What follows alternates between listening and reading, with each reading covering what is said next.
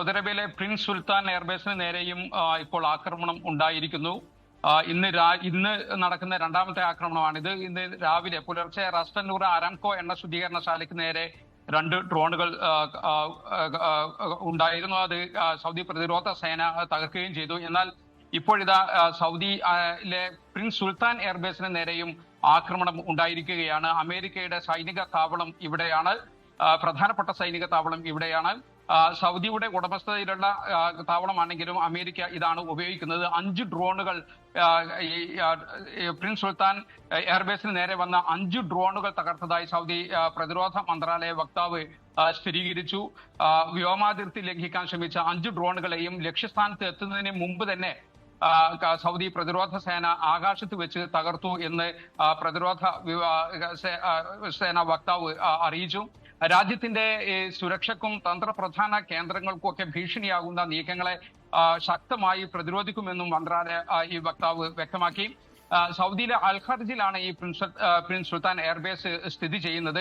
റിയാദിൽ നിന്നും ഏതാണ്ട് 80-90 കിലോമീറ്റർ അകലെയാണ് ഇതുള്ളത്. മധ്യ സൗദിയിലെ വിശാലമായ ഒരു മരുഭൂമി പ്രദേശത്താണ് ഉള്ളത്. ആയതിനാൽ തന്നെ മികച്ച സുരക്ഷാ കവചം നൽകുന്നു എന്നാണ് കരുതപ്പെട്ടിരുന്നത്. എന്നാൽ പേർഷ്യൻ ഗൾഫ് മേഖലയിലെ വ്യോമ സുരക്ഷാ നീക്കങ്ങൾ പ്രധാന ഹബ്ബായി കൂടി ഈ എയർബേസ് കണക്കാക്കപ്പെട്ടിരുന്നു.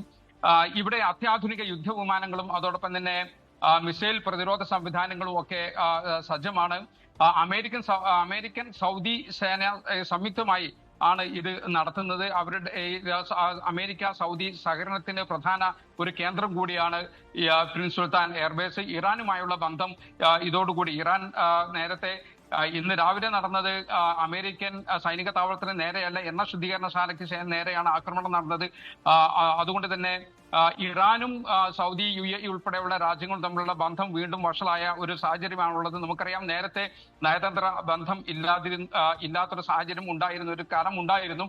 ആ സമയത്താണ് ഹൂത്തികളെ ഉപയോഗിച്ചുകൊണ്ട് ഇറാൻ സൗദിക്ക് നേരെ നിരന്തരം ആക്രമണങ്ങൾ അയച്ചുവിട്ടിരുന്നത്.